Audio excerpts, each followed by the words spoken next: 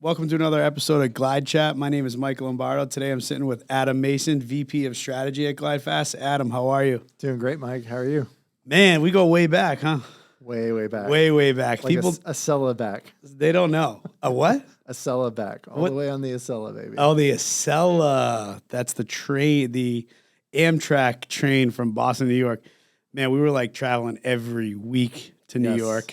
Yes, Kings of New York. Kings of New York. We really took over. We really took that over. So Adam and I, for those that don't know, Adam and I used to work together, another partner, and this partner was just getting going. We were like probably like employee number 7 or 8. Something like that. And we did like the first implementation together, which I always tell people about that implementation when I talk about it. It's like, looking back on it, we should have had, it was just me and you. Mm-hmm. So developer, junior developer, and bad project manager. You weren't the best junior architect. I was a good BPC, but I wasn't. Yeah, project management. I mean, it's tough, but yeah, it was just us two. But looking back, like we could have had like an architect, a developer, a BPC, an engagement manager, and you and I just did it ourselves. That's right. We just did it. We just walked in, like, third largest hospital in the world or probably the world, but the country for sure. Yeah, that was super successful. And I remember, you remember the go live? I do remember the go live. That was a good time. Yeah, a lot of balloons. We had those balloons. And remember how uneventful it was? It was. They were ready for everything to just burn down. Yeah. And then nothing. What was the only problem they had?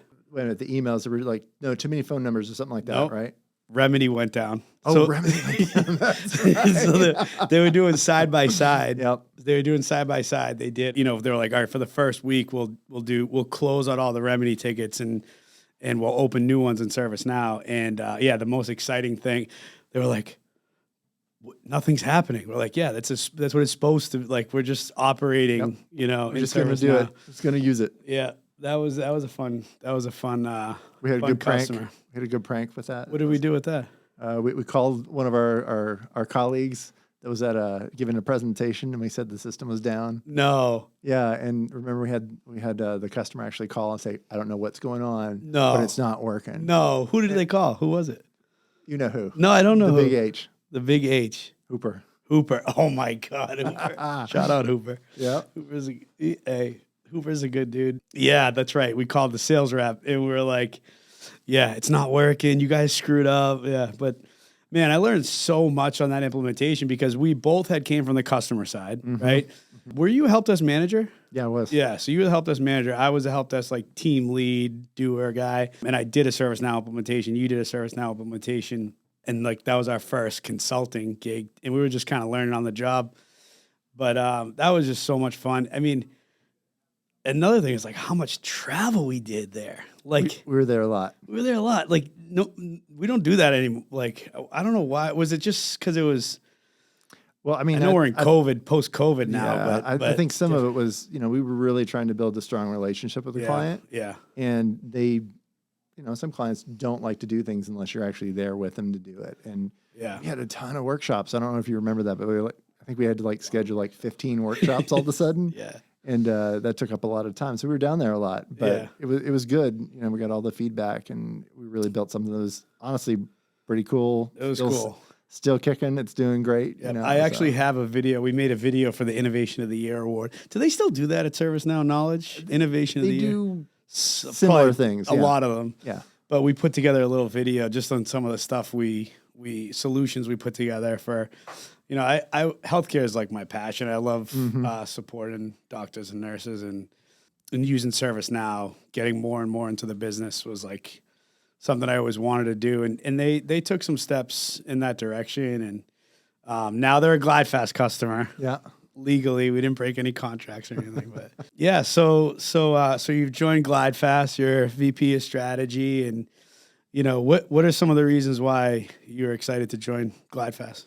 The quickest thing is it felt like unfinished business. Yeah, with you and I in a lot of ways. It did, right? Yeah. Like I am so grateful for the path that I was on, and I was so jazzed to see what you guys were doing and how well everybody was doing. It's like I never felt bad about anything like that. Yeah. It was just great. So it was positive. It felt like some unfinished business, right? It did. Yeah, that's how I felt too. And it was always like a a friendly competition. Like it was never like dirty tricks. It was in like, we were a big part of building that company. You know, I was there 2 years, another partner, and, you know, it was something special, right? Like we had great talent, best talent in the industry. And like, you know, when I started GlideFast, that's so much of who we are is from what that company was. And, you know, so, and there's a lot of the same vision, right? You got to give it's like a fulfillment of the vision. You got to give a shout out to Sven, because I don't know if you remember what he used to always say. It's like, you just have to hire quality people. Yeah. Oh yeah. You know, he got me there. Yeah.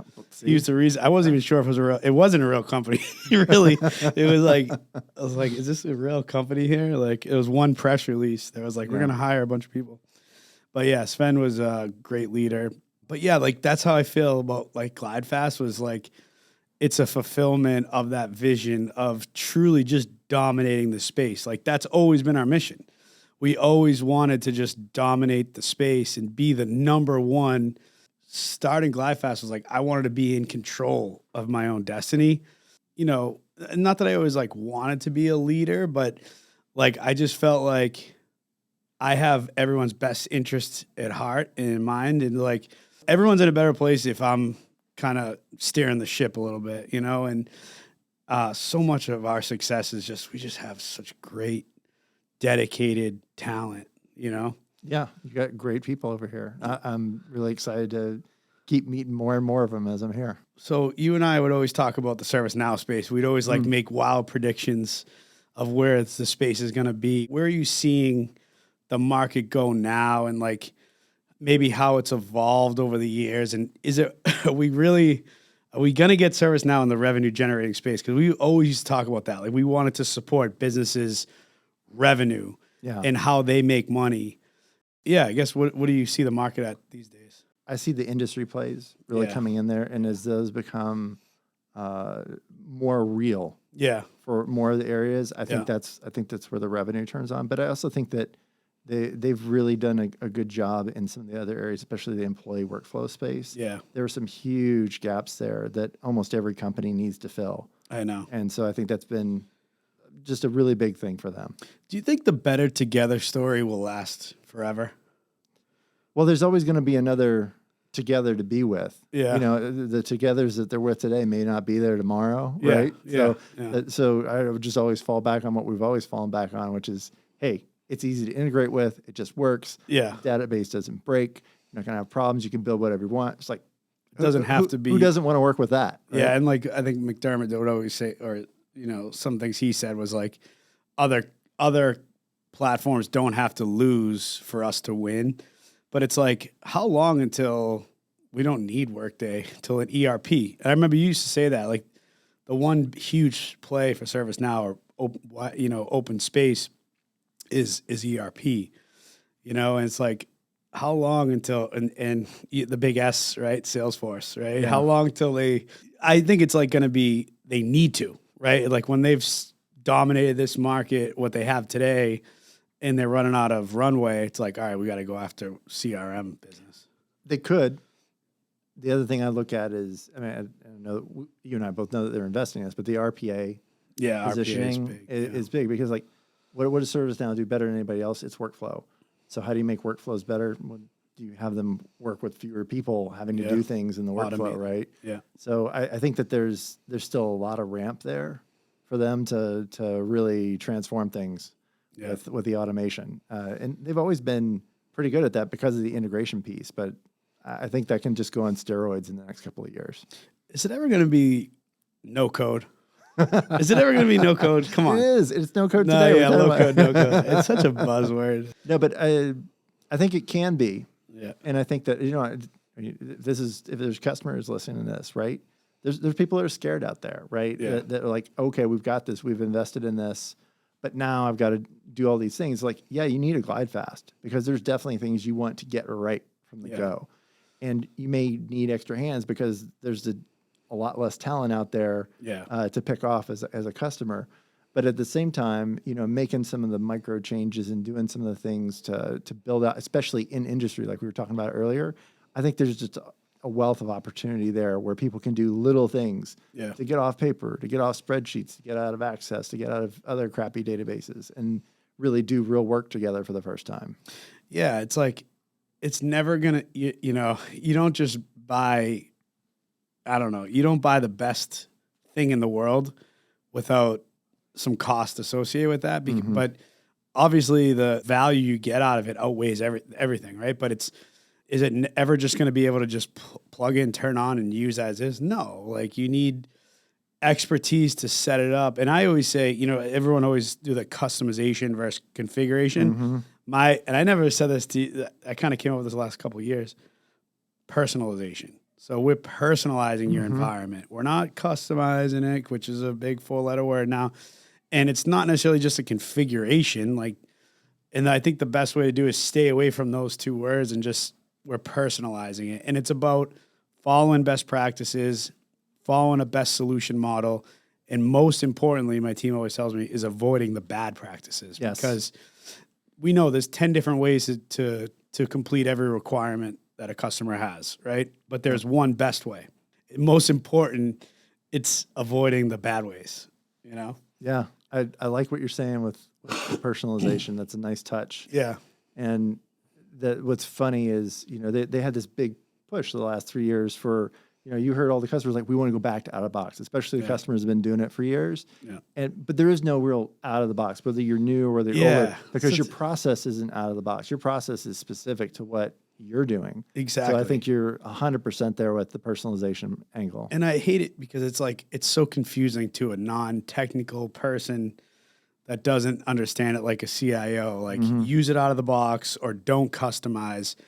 It's confusing, you know? And I think ServiceNow, like as a community, we got to figure out how to communicate that better and say, listen, it's, yes, there's pre-built applications, but they need to be personalized to the way you do business. We need to build those workflows. There's a lot of out-of-the-box things we can leverage, and you need to make sure you have the experts touching your platform, because you know it was like the wild, wild west in the early days. When did you start in ServiceNow? 2011. Wow. Yeah, I think I was right around there, 2010, 2011. And it was a wild west. Like even the things I did was like embarrassing to look back on, you know, like just like, why would you we got rid of the checkout cart. But that's one thing, it took me a while to realize, like, okay, there's a difference between a product catalog, which is going to need a cart, like Amazon, when you go add products to your cart, you go check it out, right? That makes sense. But then there's the service catalog, which is I'm filling out a form for a service, like it's like a record producer. Click submit and it goes. Yeah. But yeah, it's just awesome to see how much ServiceNow has evolved. And I mean, it's like, I'm kind of separated from the technical solutions. Like I used to be embedded in it, and I used to love building stuff. But sometimes when I just see some of the architects like diving into it, I'm like, damn, wow, that has that now, you know? Yeah. I mean, there's you can get lost in the platform so quickly these days. But that's just the speed that ServiceNow is moving, and it's great. It's great to see all the different spaces, see what they're doing, and all the new products and all the new angles. And, it's a good ride. Yeah, it's a great ride. All right. Well, I think that was a great episode. Thanks for joining me, Adam, and welcome to GlideFast. Love it. Thank you.